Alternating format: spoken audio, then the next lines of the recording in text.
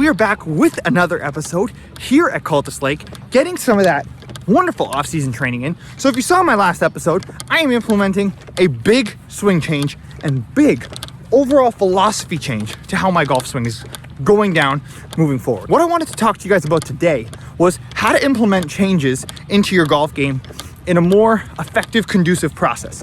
Because as I went through my under par journey, there were a lot of times where I had to integrate new things into my game, and I learned a lot about good ways to do it and bad ways to do it. So I'm going to take you through those today and how I integrate new changes into my game. So step one, when integrating anything new into your golf game, is you need to have a calm, open mind to accept the changes.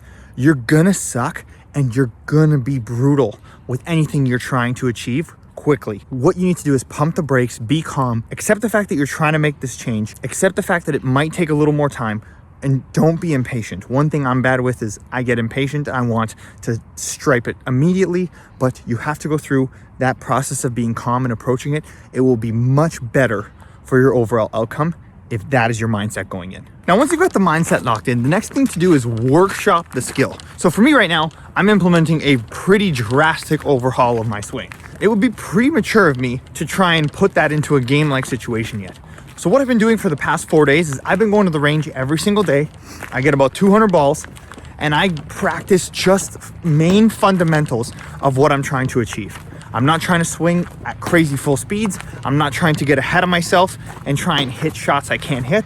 I stick to a very strict practice regimen that only focuses on dialing in the fundamental skill.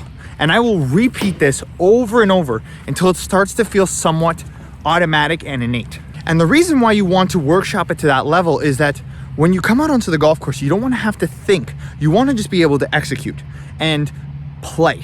And in order to play, you need to remove a lot of that thinking. A lot of us don't practice enough, or we just practice very poorly. And I noticed that by not practicing, when I would come out on the golf course, it would put a lot of stress on me having to execute shots versus when I would workshop it to this level and just get it built in.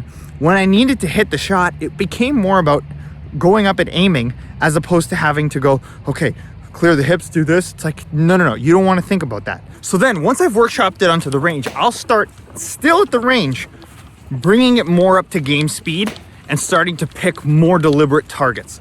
So I'm trying to hit the exact shots I would in a round, whether it be a tee shot, whether it be an approach, things like that. I'm picking targets. I'm being very militant about my spots, and I'm not just swinging aimlessly. So one big thing I do at the range here is I have this tree right in front of me. I use that as my aim point, and I will either try and hit draws to the tree or try and hit them around the tree, two different targets on the range in order to achieve that more game-like practice. Because we also want to now get ourselves used to hitting shots to targets or executing this skill in a way that produces actual results. That's why you'll see me talk about that 18 up and down drill so often for chipping and putting. It's because I can workshop that drill to such a level that I start to see results on the course, and chipping and putting becomes quite automatic when I've really been working on that drill. So that's super important. Now, once you've workshopped it, done all these things that I've just said, you've got the mindset, the next thing I recommend is bringing it out to the course to test it. Now, this is where things can go very sideways and have for me because I wasn't approaching it the right way. And a big thing is that when you take things out to the course, you need to not keep score while you do it. You need to have a dedicated round that is just to practice and try things and is not a scoring round. The reason why I don't advocate for keeping score in those rounds is because you want to have the freedom to try and not worry about messing up. And one mistake I was making when I was doing my under par journey is I was just putting so much pressure on myself to hit a certain score that whenever I would go out there and if I needed to try something and I didn't execute it perfectly that time, I would just get so mad.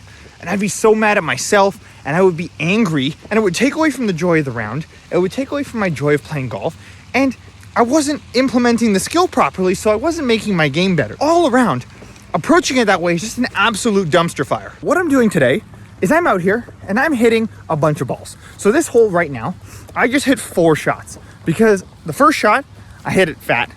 Second shot, I hit it left. Third shot, I hit it way right. And the final shot, I hit exactly what I wanted. I got my mechanics down. Now, if this was a scoring round, I would have been pissed because I hit that first one fat. And I would have been like, oh, Gabe, you're an idiot. But that's not good mental self-talk. That's not helping us get better at golf. That's putting too much emotion into it. Instead, let's take a step back. Let's go, okay, why didn't I execute that skill properly? And two, how can I make the adjustments based on the patterns and the things I've built in while I was at the range to now execute that skill properly? And so here, by the fourth swing, I hit the perfect iron shot. And as you can see right here, I'm right there by the hole. So now that is a perfect, exactly what I wanted, okay? Shots 1 and 3 are here, and shot number 2 is right over there. Now, none of those are terrible, but it's not the perfect shot that I was looking for. This is the perfect shot. Now I have it. Now I know I can do it again, and I can build that confidence, because we're also trying to build confidence in our game to know that we can execute that shot. Now, I'm not saying you have to hit 4 balls every time and just keep swinging until you execute it, but, you know, play 1, 2, 3 balls. Sometimes it depends on how busy it is and whatever. And just take the time to see if you can execute the shot the right way so that you can understand how it's supposed to look, how it's supposed to feel, your mechanics. And then now you've got it banked. You've got it kind of in your toolbox and you can move on. Another bonus tip too is if you can, bring your phone with you. Get a $20 tripod off Amazon. I'll put the link below in the tripod I use. And just film yourself while you do it. Because you also need to film your range sessions and film yourself on the course hitting these shots. Because a lot of the times, you don't actually know what you're doing wrong. And that is so key. I learned so much from filming my rounds and going through my under par journey just because I had the footage. And the amount of times I thought I was doing something one way because of how it felt versus the reality of my execution were totally polar opposites sometimes. And so having the video evidence to one, see when you're doing wrong, but also when you hit a good shot, look at it and go, oh, that's what a good shot's supposed to look like. That's what a good shot's supposed to feel like. Okay, I'm gonna clip that and I'm gonna play that over for myself. So now I have a reference of what I do well. It also isn't hard to film yourself. You literally just put it on the tripod.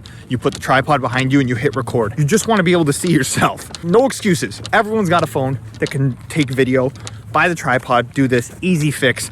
You will 100% get better because of it. And the last thing you have to do while you're out here is you need to relax and not be angry when things don't go according to plan or the changes don't come into play as soon as you'd like.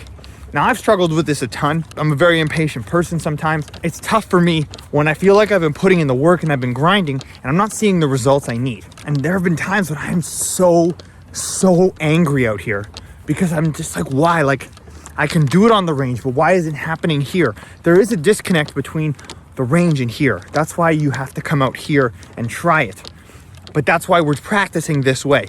You have to practice with no expectation. You have to practice with just running through your routine, going through your fundamentals, not holding yourself to such a ridiculous standard that now you have to execute that shot perfectly when you haven't really ingrained it yet.